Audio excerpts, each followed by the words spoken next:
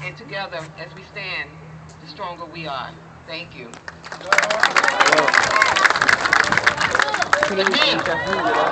Takbir. Thank you. We will mention about that. We have a speaker for that. Inshallah ta'ala, jazakumullah khair.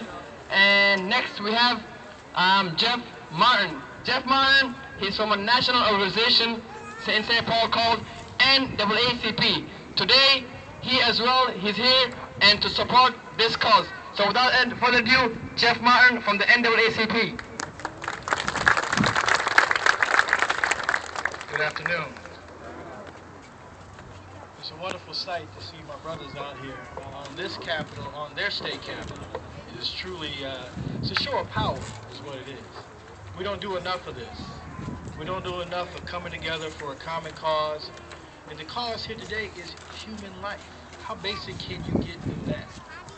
We have human beings of a different religion who are out being displaced, slaughtered, raped, and just pushed aside as there's something less than human. How can we stand for that? As a human being, how can you stand and know that another person that breathes air just like you, drinks water like you, eats food like you, is not given the same rights that you take advantage of each day, that you take for granted each day? The NAACP is the nation's oldest civil rights organization, but the main thing the NAACP stands for human rights. Human rights and equality in all shape, form, and fashion, and in any region. We're standing with you because this is a criminal act that is happening in Burma. This is not political, it's criminal.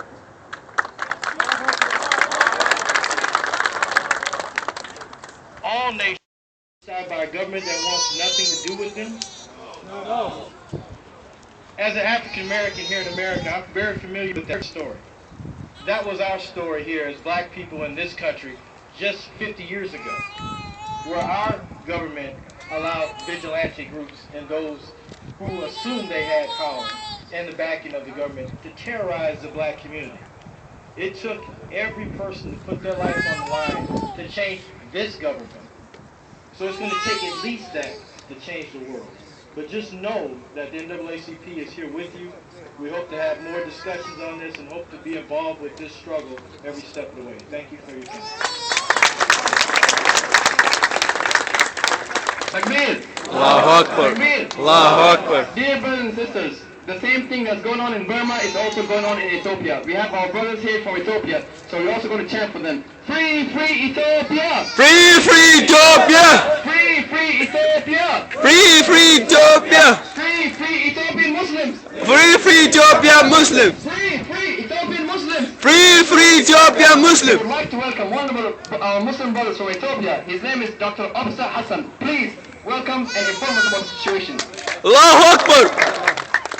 Assalamu alaikum. I want to thank the organizers and thank you for coming out to support the injustice going on in Burma.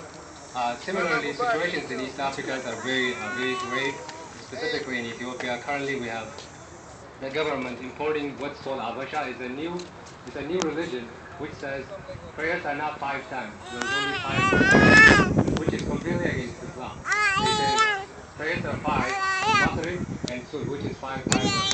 That we don't accept that. The government is forcing that on the Muslim population. You guys are familiar with Ethiopia. Ethiopia is a country of 93 million people, and the estimates are almost half of it is Muslim population. For generations, the Muslims have been oppressed in that country, and the government in power has been mostly Christian, and the world knows it as such. But the oppression there is very grave, the international community has completely ignored because of war and terrorism.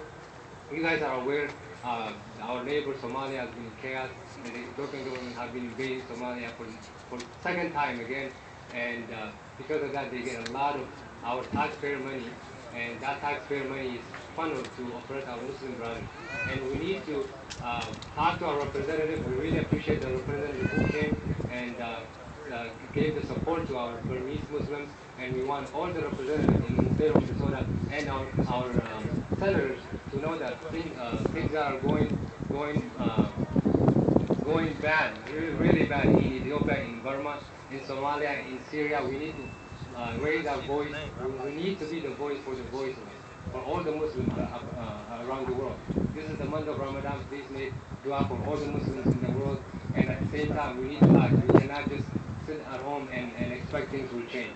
And we want the media to pay attention to the grave oppression and suppressions that are going on in Burma, or the genocide that happens in Burma.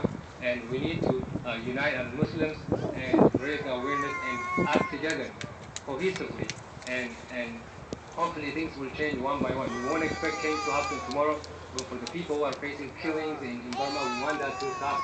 We want the Bangladeshi government to help the refugees that are coming over to Bangladesh. We want the Muslim government around the world not to sit in comfortable chairs, but to make good gestures, not just gestures, but take actions against this callous acts against Muslims, innocent Muslims, men, women, older Muslims, children, innocent Muslims. We want the government to stop killing them in Burma and also in Ethiopia. Jazakallah khair. Thank you, everybody.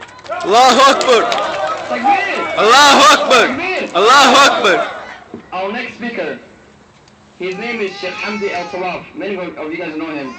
He is the Imam of Masjid Al-Iman in Northeast Minneapolis. He has helped us with this cause. We went to his masjid. He's helped us big time. He's one of the masjids that help us. So inshallah ta'ala, without no further ado, he's also one of my teachers. I would like to welcome Sheikh Hamdi Al-Tawaf.